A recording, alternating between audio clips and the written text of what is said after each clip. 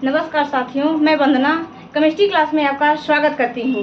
आज से हम केमिस्ट्री का पहला चैप्टर स्टार्ट करेंगे। पहला चैप्टर है पदार्थ। पदार्थ के बारे में हम थोड़ा सा कल डिस्कशन कर चुके हैं, ठीक है ना। कुछ बेसिक जानकारी है जो आपको हम दे चुके हैं, लेकिन उसके बारे में थोड़ा सा रह गया था जिसको हम आपको बताएंगे ना। उम्मीद करती हूँ कि आपके समझ में आ गया होगा जो मैं कल आपको बताई हूँ यहाँ पे, है ना, कि पदार्थ क्या होता है और केमिस्ट्री क्या होती है ना। उसकी बेसिक चीज़ है कि केमिस्ट्री है क्या, कहाँ से आई केमिस्ट्री, है ना, कहाँ से ली गई केमिस्ट्री, इसके जनक कौन है, मीन्स इसके खोजकर्ता कौन है, ये सारी जानकारी हम आपको बता चुके हैं। और थोड़ा सा पदार्थ के बारे में भी बताए हैं। इतना तो आप लोगों के समझ में आ गया होगा ना। जो हम कल आप लोगों को बताए हैं, पढ़ाए हैं, वो आपके समझ में आ गया है ना। आप कमेंट करके ज़रूर मुझे बताइएगा। यदि नहीं समझ में आता है तो मैं फिर से आपको वही चीज़ बताऊंगी, है ना। अब इसके आगे का हम स्टार्ट करते हैं। क्या है? पदार्थ है। क्या बताएंगे हम आपको? पदार्थ है। पदार्थ क्या है ये बताना है। क्या बताना है? पदार्थ क्या है। थोड़ा सा इसके बारे में भी बताई हूँ कि जिसमें द्रव्यमान होता है। क्या होता है? जिसमें द्रव्यमान होता है और जो जगह घेरती है। क्या है? जिसमें द्रव्यमान होता है। बताए हैं ना कल यही, जिसमें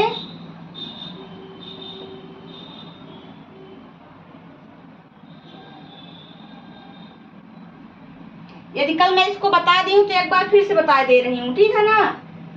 जिसमें द्रव्यमान होता है, जिसमें द्रव्यमान होता है और जो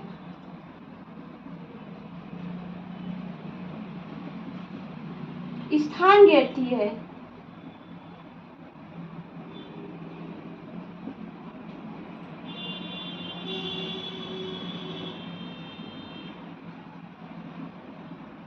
क्या कहलाता है? पदार्थ कहलाता है ना।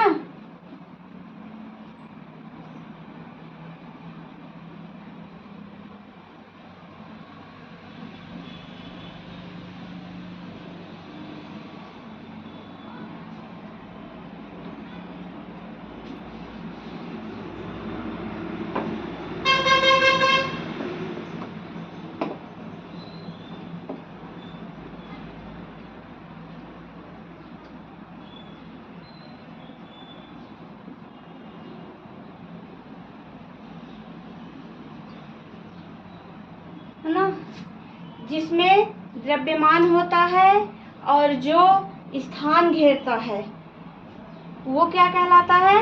पदार्थ कहलाता है ना। जिसमें द्रव्यमान होता है और जो स्थान घेरता है वो क्या कहलाता है? पदार्थ कहलाता है। अब हम लोगों के आसपास अब देखिए, आप अपने नज़रिए से देखिए कि आपके पास हर एक चीज़ केमिस्ट्री का है ना। हर एक चीज़ केमिस्ट्री से बना हुआ है। आप बोलेंगे कैसे बना हुआ है? जब हम कहते हैं कि जिसमें द्रव्यमान होता है, मतलब ऐसी कौन सी चीज़ है जिसमें द्रव्यमान नहीं होता है? सब में तो द्रव्यमान होता है। मीन्स सब चीज़ केमिस्ट्री की है ना। आप केमिस्ट्री पढ़ रहे हैं तो केमिस्ट्री को देखिए, अपने हर जगह, अपने आसपास देखिए, आप घूमिए तो देखिए कि केमिस्ट्री ही है, ठीक है ना। सामने देखिए वो भी केमिस्ट्री है। जिसमें द्रव्यमान होता है, जिसमें द्रव्यमान होता है, स्थान घेरता है, इसको भी हम लिए, इसमें भी द्रव्यमान है, स्थान घेरेगा, इसको रख देंगे तो ये भी क्या है? पदार्थ है। ये भी पदार्थ है। हाँ, सूर्य का प्रकाश पदार्थ नहीं है। ये आप कहीं पे नोट कर लीजिए, ये आप नोट लगा लीजिए कि सूर्य का प्रकाश जो होता है, जो सूर्य का प्रकाश होता है उसमें ना द्रव्यमान होता है और ना ही वो स्थान घेरता है, इसलिए वो है जो पदार्थ नहीं है। बाकी आपके आसपास जो डेली यूज करते हो सारी वस्तुएं पदार्थ है ना।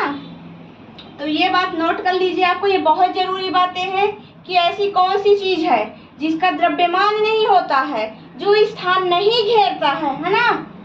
क्या लिखेंगे? सूर्य का प्रकाश।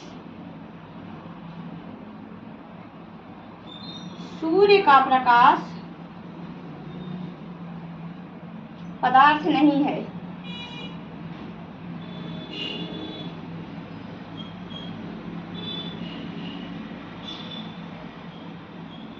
है ना।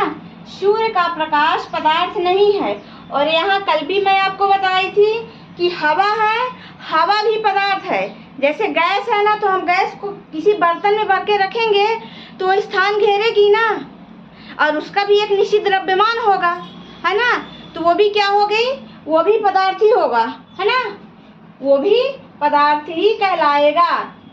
सूर्य का प्रकाश पदार्थ नहीं कहलाएगा, क्योंकि इसका प्रकाश ना स्थान घेरता है और ना ही इसका द्रव्यमान होता है, इसलिए ये पदार्थ नहीं है, है ना। और जो पदार्थ होता है तो छोटे छोटे परमाणुओं से मिलकर बना होता है। पदार्थ किससे मिलकर बना होता है? जो पदार्थ होता है वो छोटी छोटी इकाइयों से मिलकर के बना होता है ना।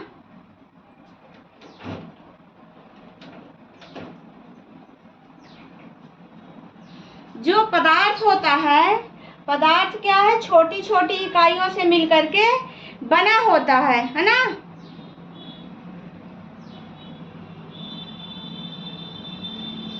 अब यहाँ पे एक चीज और सुन लो, है ना, कि फादर ऑफ एटम, परमाणु के जनक कौन है ना, या परमाणु के जनक किसको कहा जाता है? क्या बोलेंगे? परमाणु के जनक, या लिखो फादर ऑफ एटम।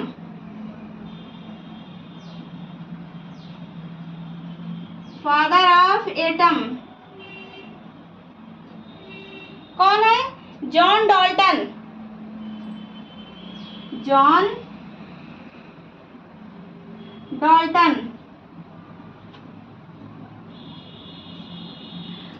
परमाणु के जनक जॉन डाल्टन ही कहलाते हैं। कौन है?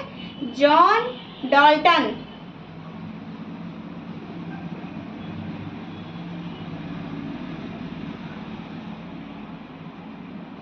अब एक समझने वाली चीज है, जैसे हमारा शरीर है, जो हमारा शरीर है वो छोटी छोटी कोशिकाओं से मिलकर के बना होता है ना।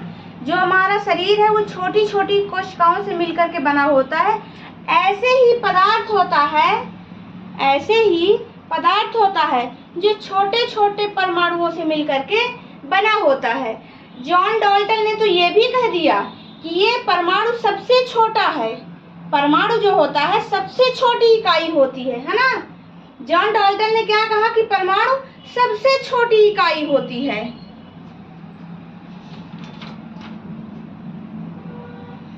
ये इतना छोटा होता है कि इसको डिवाइड नहीं किया जा सकता है। जो जॉन डाल्टन थे, उन्होंने कहा कि जो परमाणु होता है उसको डिवाइड नहीं किया जा सकता है, वो बहुत छोटा होता है। लेकिन ये बात गलत है ना, ये बात गलत होती है, क्योंकि जो नाभिक होता है ना, परमाणु से 1 लाख गुना छोटा होता है। क्या होता है? जो नाभिक होता है वो परमाणु से 1 लाख गुना छोटा होता है। तो फिर परमाणु कैसे छोटा हो गया? ये तो गलत हो गई, परमाणु नहीं छोटा हुआ, नाभिक उससे 1 लाख गुना छोटा होता है। देखना यहाँ पर,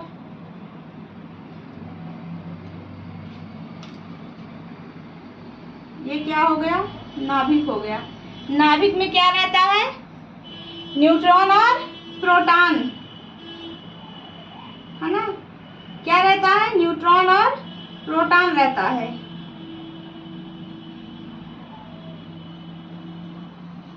ये क्या हुआ? नाभिक, न्यूट्रॉन और प्रोटॉन। अब है ना, नाभिक के बाहरी कक्षक में, नाभिक के बाहरी कक्षक में कौन चक्कर लगाता है? नाभिक के बाहरी कक्षक में कौन चक्कर लगाता है? इलेक्ट्रॉन लगाता है। इलेक्ट्रॉन नाभिक के बाहरी कक्षक में चक्कर लगाता है, क्योंकि इस पर क्या होता है? ऋण आवेश होता है। इलेक्ट्रॉन नाभिक के बाहरी कक्षक में चक्कर लगाता है, क्योंकि इस पे ऋण आवेश होता है, और जो प्रोटॉन होता है उस पर धन आवेश होता है। ठीक है ना। जो प्रोटॉन होता है प्रोटॉन क्या होता है, धन आवेश होता है, जबकि न्यूट्रॉन उदासीन होता है ना। न्यूट्रॉन क्या है, उदासीन है। अब यहाँ पे इम्पोर्टेंट बात यह है कि जो जॉन डाल्टन बोले कि जो परमाणु है वो सबसे छोटी इकाई है और हम उसको डिवाइड नहीं कर सकते हैं, लेकिन उनकी ये बात गलत है, क्योंकि जो नाभिक होता है वो प्रोटॉन से 1,00,000 गुना छोटा होता है। और नाभिक के अंदर क्या क्या होता है, प्रोटॉन और न्यूट्रॉन होता है। प्रोटॉन पे धन आवेश होता है और न्यूट्रॉन क्या है, न्यूट्रॉन उदासीन होता है। जबकि इलेक्ट्रॉन है ना, जो इलेक्ट्रॉन होता है वो नाभिक के चारों ओर है ना, क्या होता है, नाभिक के चारों ओर, ये नाभिक है, नाभिक के चारों ओर निश्चित एरिया में है ना क्या करता है, ये चक्कर लगाते रहते हैं, गोल गोल घूमते रहते हैं। ये लिखना चाहो तो लिख सकते हो यहाँ पर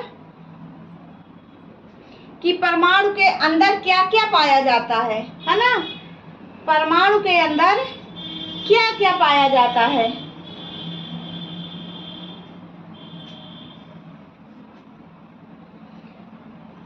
परमाणु के अंदर क्या क्या पाया जाता है, पहला लिखना प्रोटॉन, न्यूट्रॉन और इलेक्ट्रॉन। क्या क्या है, प्रोटॉन, न्यूट्रॉन और इलेक्ट्रॉन है ना। जो प्रोटॉन होता है उस पर धन आवेश होता है, क्या होता है, जो प्रोटॉन होता है उस पर धन आवेश होता है ना।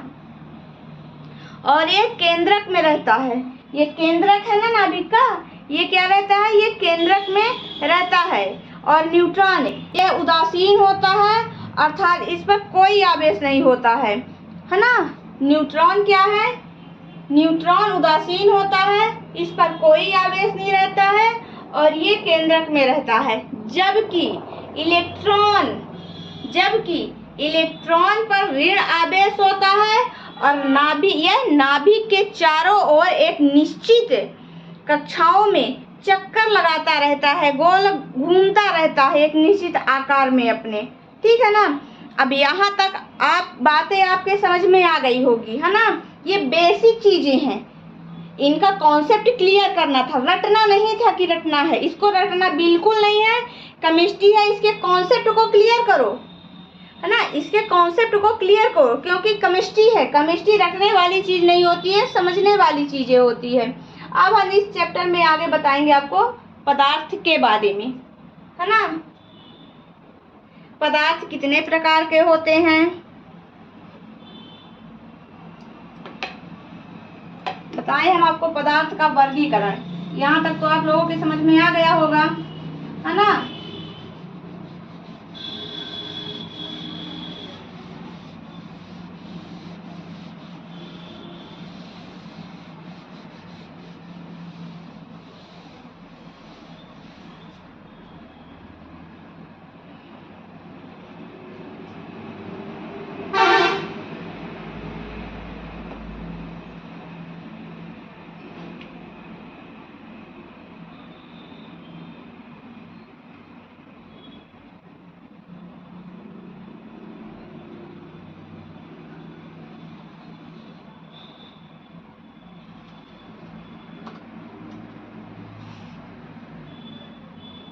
क्या है, पदार्थ का वर्गीकरण।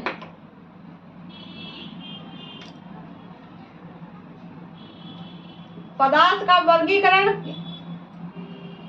दो प्रकार का होता है, भौतिक आधार पर और रासायनिक आधार पर, ठीक है। पदार्थ का जो वर्गीकरण होता है वो दो भागों में होता है, भौतिक वर्गीकरण और रासायनिक वर्गीकरण। भौतिक वर्गीकरण में क्या आता है, ठोस, द्रव, गैस है ना, प्लाज्मा, बोस-आइंस्टीन है ना। पहले तो तीन ही थे, ठोस, द्रव, गैस, फिर प्लाज्मा आया, अब इसके बाद क्या, बोस-आइंस्टीन भी आ गया। और रासायनिक वर्गीकरण में क्या आता है, शुद्ध पदार्थ और मिश्रण। कौन कौन से आते हैं, शुद्ध पदार्थ और मिश्रण आते हैं। तो यहाँ पे हम देखेंगे पहले भौतिक वर्गीकरण। क्या देखेंगे, भौतिक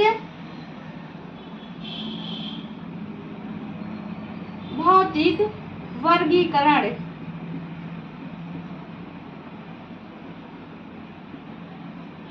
भौतिक वर्गीकरण।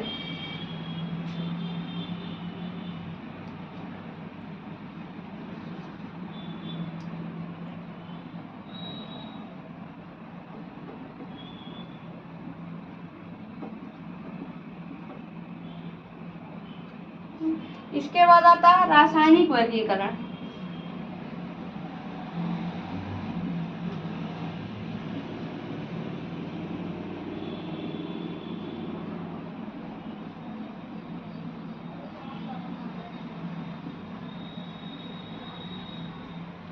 भौतिक वर्गीकरण और रासायनिक वर्गीकरण। पदार्थ का वर्गीकरण दो आधार पर किया जाता है, भौतिक वर्गीकरण और रासायनिक वर्गीकरण। भौतिक वर्गीकरण में क्या क्या आता है यहाँ पे देखना है। भौतिक वर्गीकरण में ठोस, द्रव्य,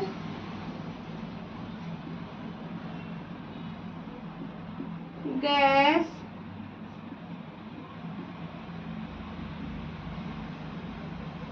प्लाज्मा और क्या है, बोस-आइंस्टीन।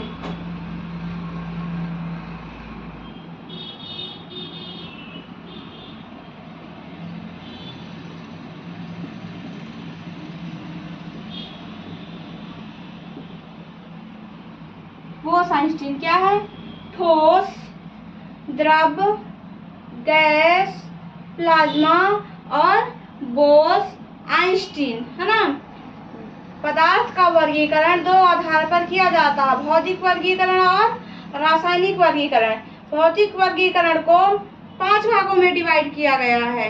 कौन कौन सा, ठोस, द्रव, गैस, प्लाज्मा और बोस-आइंस्टीन। जबकि रासायनिक वर्गीकरण को क्या है, रासायनिक वर्गीकरण को 2 भागों में बांटा गया है। क्या है, रासायनिक वर्गीकरण को 2 भागों में बांटा गया है, शुद्ध पदार्थ और मिश्रण। यहाँ पे लिखेंगे हम शुद्ध पदार्थ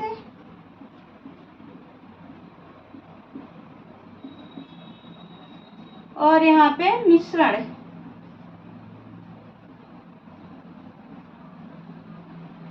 रासायनिक वर्गीकरण हुआ शुद्ध पदार्थ और मिश्रण। अब शुद्ध पदार्थ क्या है, शुद्ध पदार्थ में कौन कौन से तत्व आते हैं। शुद्ध पदार्थ को भी 2 भागों में डिवाइड किया गया है ना। शुद्ध पदार्थ को क्या किया गया है, शुद्ध पदार्थ को 2 भागों में डिवाइड किया गया है। शुद्ध पदार्थ को भी 2 भाग में डिवाइड किया गया है, तत्व और यौगिक। कौन कौन सा, तत्व और यौगिक। तत्व और यौगिक। शुद्ध पदार्थ को भी 2 भागों में डिवाइड किया गया है ना। तत्व और यौगिक में, तत्व में क्या क्या आता है, धातु, अधातु और उपधातु। क्या क्या है, धातु, धातु, अधातु, उपधातु।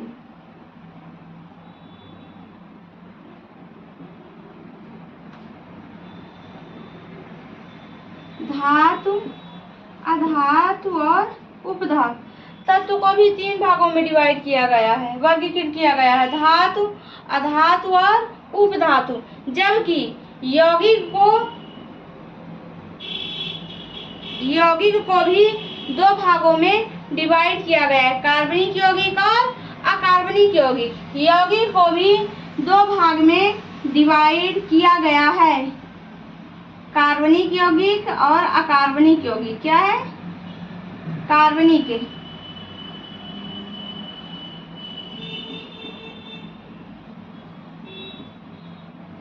कार्बनिक यौगिक और अकार्बनिक यौगिक।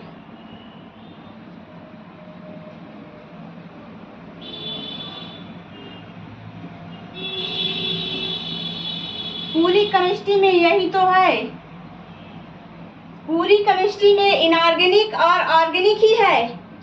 पूरी केमिस्ट्री इन्हीं की बनी हुई है, ऑर्गेनिक और इनऑर्गेनिक, है ना। कार्बनिक मतलब कार्बन के बारे में ऐसी केमिस्ट्री का कोई चैप्टर नहीं जिसमें कार्बन ना हो, कोई ऐसा सूत्र नहीं जिसमें कार्बन नहीं हो। हम पूरी केमिस्ट्री में कार्बन के बारे में ही पढ़ते हैं, है ना। यौगिक में कौन कौन से आते हैं? कार्बनिक यौगिक और अकार्बनिक यौगिक। और इसके बाद आता है मिक्सचर, है ना। मिक्सचर में कौन कौन से हैं? समांगी मिश्रण और विषमांगी मिश्रण।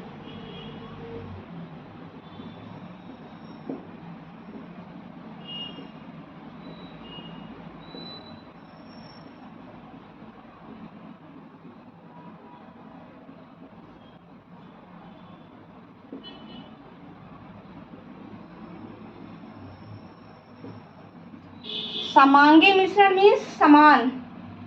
इनके शब्दों से ही पता चलता है कि समांगी मिश्रण मतलब समान मिश्रण वाले, और विषमांगी मिश्रण मतलब विषम मिश्रण मतलब अलग अलग मिश्रण वाले। समझ में आ रहा है यहाँ पे?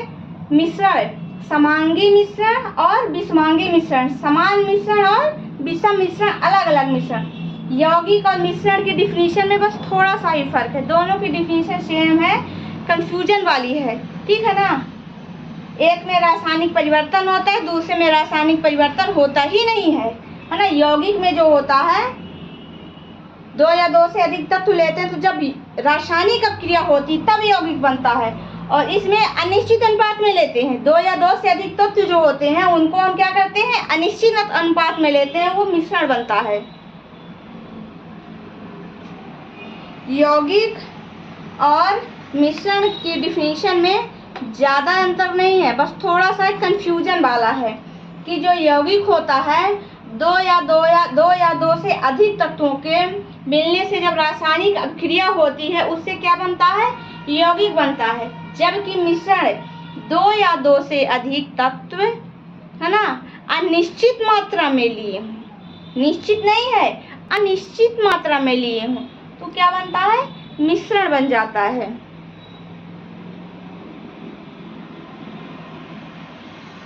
मिश्रण को क्या करते हैं? 2 या 2 से अधिक पदार्थ को, है ना, 2 या 2 से अधिक पदार्थ को अनिश्चित अनुपात में मिलाने पर मिश्रण बनता है।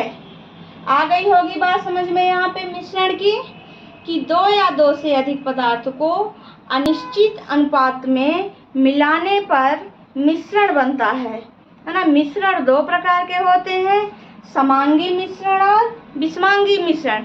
समांगी मिश्रण मतलब समान संगठन, है ना, समान संगठन। जैसे पानी में एग्जाम्पल ले लो कि पानी में चीनी को घोल देते हैं, तो ये नहीं पता चलता, संगठन उसका समान रहता है, एक जैसे घोलने पर ये नहीं समझ में आता है कि पानी है या कि शरबत घुला है ना। ये क्या हुआ? समांगी मिश्रण हो गया। जबकि विषमांगी मिश्रण में असमान संगठन वाले मिश्रण को, है ना, क्या करते हैं? जब असमान संगठन वाले मिश्रण को घोलते हैं तो वो क्या कहलाता है? विषमांगी मिश्रण। जैसे कोलाइड हो गया, है ना, निलंबन हो गया, जब घोलते हैं तो नीचे अलग बैठ जाता है, तो अलग से ही समझ में आता है वो क्या है, वो कोलाइडी, निलंबन, है ना। इसलिए समांगी मिश्रण समान संगठन वाले और विषमांगी मिश्रण क्या है? असमान संगठन वाले मिश्रण को विषमांगी मिश्रण बोलते हैं, है ना। अब ये बात यहाँ तक समझ में आ गई होगी सबके। पहले पदार्थ किसे कहते हैं, है ना, जो स्थान घेरता है, जिसका द्रव्यमान होता है, क्या होता है? जो स्थान घेरता है, जिसका द्रव्यमान होता है, वो पदार्थ कहलाता है। जो पदार्थ होते हैं वो छोटे छोटे कणों से मिलकर के बने होते हैं। लेकिन जॉन डाल्टन जो है उन्होंने कहा कि परमाणु इतना छोटा होता है कि उसे डिवाइड ही नहीं किया जा सकता है ना। लेकिन ये बात मिथ्या थी, ये बात गलत है, क्योंकि जो परमाणु होता है वो छोटे छोटे अणुओं से मिलकर के बना होता है ना। नाभिक जो होता है वो परमाणु से 1,00,000 गुना छोटा होता है। अब समझ लीजिए 1,00,000 गुना। और फिर नाभिक के अंदर भी प्रोटॉन और न्यूट्रॉन भी पाए जाते हैं। नाभिक छोटा होता है, कहते हैं कि नाभिक जो होता है परमाणु से 1,00,000 गुना छोटा होता है ना। जॉन डाल्टन का कहना था कि परमाणु इतना छोटा होता है कि उसे डिवाइड ही नहीं कर सकते हैं। ये बात गलत हो रही है, क्योंकि उससे भी छोटा नाभिक होता है ना। और नाभिक इतना छोटा होने के बाद भी उसके अंदर न्यूट्रॉन और प्रोटॉन भी पाए जा रहे हैं अभी, है ना। उसके अंदर क्या है, न्यूट्रॉन और प्रोटॉन भी पाए जा रहे हैं, क्योंकि प्रोटॉन पर धन आवेश होता है और वो केंद्रक में उपस्थित होता है। ऐसे ही न्यूट्रॉन उदासीन होता है ना, इस पर कोई भी आवेश नहीं होता, फिर भी ये केंद्रक में पाया जाता है। जबकि जो इलेक्ट्रॉन होता है उस पर क्या होता है, ऋणात्मक आवेश होता है ना। क्या होता है, इलेक्ट्रॉन पर ऋणात्मक आवेश होता है। और ये नाभिक के चारों ओर क्या करता है, ये नाभिक के चारों ओर निश्चित कक्षा में चक्कर लगाता रहता है। फिर इसके बाद आते हैं पदार्थ का वर्गीकरण, है ना। किसमें आते हैं, पदार्थ का वर्गीकरण। पदार्थ का वर्गीकरण 2 प्रकार से होता है, भौतिक वर्गीकरण और रासायनिक वर्गीकरण। अब देखते हैं भौतिक वर्गीकरण में ठोस, द्रव, गैस, प्लाज्मा और बोस-आइंस्टीन है। कौन कौन है, ठोस, द्रव, गैस और बोस-आइंस्टीन।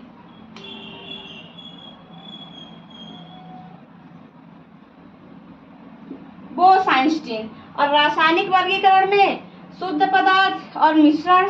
शुद्ध पदार्थ को भी 2 भागों में डिवाइड किया गया है, तत्व और यौगिक। तत्व को 3 भागों में डिवाइड किया गया है, धातु, अधातु और उपधातु। जबकि यौगिक कार्बनिक यौगिक और अकार्बनिक यौगिक, मतलब इनऑर्गेनिक और इनऑर्गेनिक। पूरी केमिस्ट्री में हम इन्हीं को पढ़ते हैं, पूरी केमिस्ट्री इन्हीं से बनी है। और कार्बनिक से तो पूर्ण रूपेण बनी है, क्योंकि कार्बन के बिना केमिस्ट्री नहीं है, कार्बन है तभी केमिस्ट्री है। फिर आता है मिश्रण, सेकंड नंबर रासायनिक वर्गीकरण में, है ना। इसमें 2 प्रकार के होते हैं, ये समांगी मिश्रण और विषमांगी मिश्रण। समांगी मिश्रण समान संगठन वाले, विषमांगी मिश्रण मतलब असमान संगठन वाले। यहाँ तक बात समझ में आ गई है ना। अब इसके आगे का हम कल पढ़ाएंगे, है ना। ये आप लोगों के समझ में आ गया होगा, हाँ। इसको नोट कर लीजिएगा। धन्यवाद आज के लिए।